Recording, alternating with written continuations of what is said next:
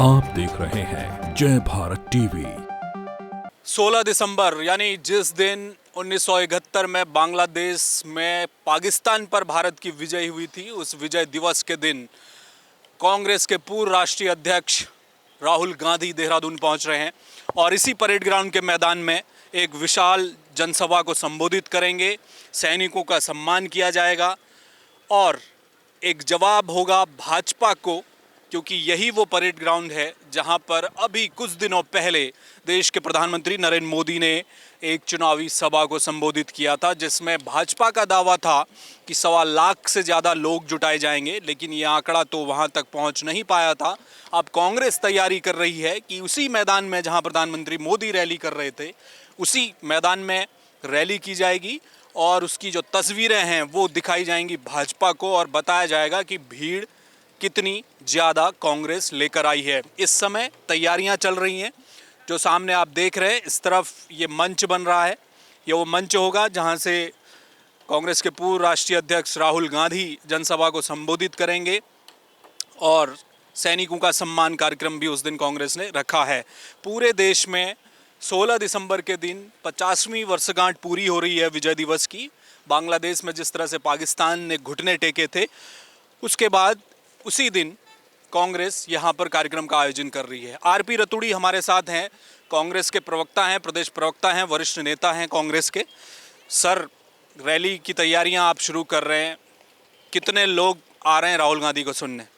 निश्चित तौर पर लोगों में उत्साह है और अभी आपने देखा होगा कि ये तो केवल निरीक्षण करने के लिए कांग्रेस भवन से लोग आए हैं, तो कितना कार्यकर्ताओं में उत्साह है कि अभी से इतने लोग हैं, तो रैली के दिन कितने होंगे ये बिल्कुल कहना, इतनी भीड़ होगी कि शायद भारतीय जनता पार्टी के होश उड़ जाएंगे कि लोगों में कितना विद्रोह है, कि लोगों के अंदर कितना महंगाई के विरुद्ध में, बेरोजगारी के विरुद्ध में और जो उत्तराखंड को त्रासदी देखने को मिली इन 5 सालों में और केंद्र की सरकार के 7 साल के जो कार्यकलाप हैं उनके विरुद्ध जन आक्रोश कितना है वो आपको दिखाई देगा। निश्चित तौर पर अपार भीड़ होगी और जो भारतीय जनता पार्टी ने केवल कहा था कि हम 1 लाख लाएंगे, सचमुच में वो 8,000 तक सिमट गए थे और आप इसमें देखेंगे कि जनमानस उमड़ पड़ेगा।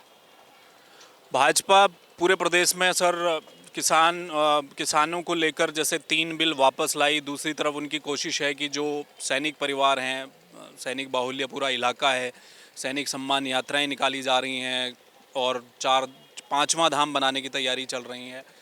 आपको लगता है कि जो सैनिक परिवार हैं वो कांग्रेस की तरफ आएंगे, कांग्रेस उन्हें अपना पाएगी, क्योंकि वो वोट बैंक भाजपा का माना जाता है? ये मिथक है और ये चर्चाएं भी हैं और भाजपा कहती है कि वो ताकत है उनकी बहुत बड़ी।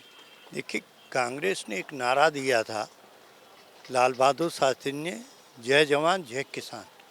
भारतीय जनता पार्टी ने उस नारे को बदल दिया है, जहाँ जवान पीठ किसान। आपने देखा होगा कि किसानों को किस तरह बर्बर हालत में सैनिकों के द्वारा पिटवाया गया, पुलिस द्वारा पिटवाया गया। तो ये नारा भारतीय जनता पार्टी ने बदल दिया। तो वो किसानों को, जिन 700 किसानों की शहादत हुई, उन किसानों के लिए कह रहे हैं कि हम रैली निकालेंगे, वो भरोसा करेंगे उन पे? कभी नहीं करेंगे। वो 700 किसानों की शहादत भारतीय जनता पार्टी की कब्र खोदेगी, कील गाड़ेगी, क्योंकि उनमें जो 1 साल तक उन्होंने बुरे दिन देखे, ठंडी, गर्मी और इन बॉर्डर पे, तो किसान और न सैनिक पूरी तरह से आज भारतीय जनता पार्टी से विमुख है, उनके साथ कतई खड़ा नहीं है। वो जानता है, जिस कांग्रेस ने पाकिस्तान के 2 टुकड़े कर दिए, शौर्य उसका है कि केवल सर्जिकल स्ट्राइक के नाम पर आप कह दें।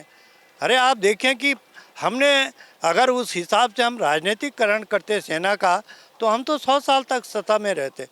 हमने पाकिस्तान के 2 टुकड़े किए हैं, कि गौरव से कह सकते हैं स्वर्गीय इंदिरा गांधी जी जो लौह महिला थी। लेकिन ये तो केवल सर्जिकल स्ट्राइक में 56 इंच बताते हैं। तो सवाल ये है कि आज पाकिस्तान के 2 टुकड़े करके देखें, हम इन्हें भी कहेंगे लौह पुरुष हैं। तो केवल कहने में और करने में कांग्रेस करती है, भाजपा कहती है, ये दोनों में अंतर है। चलिए, धन्यवाद।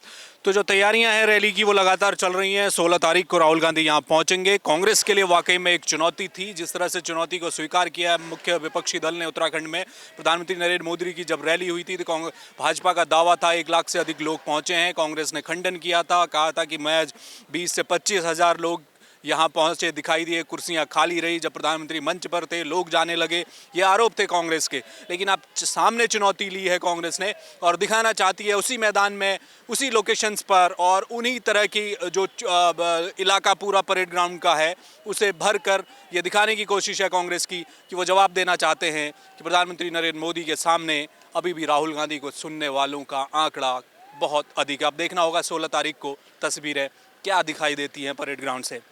कैमरामैन प्रदीप बिस्क के साथ हेमंत, जवाहर टीवी।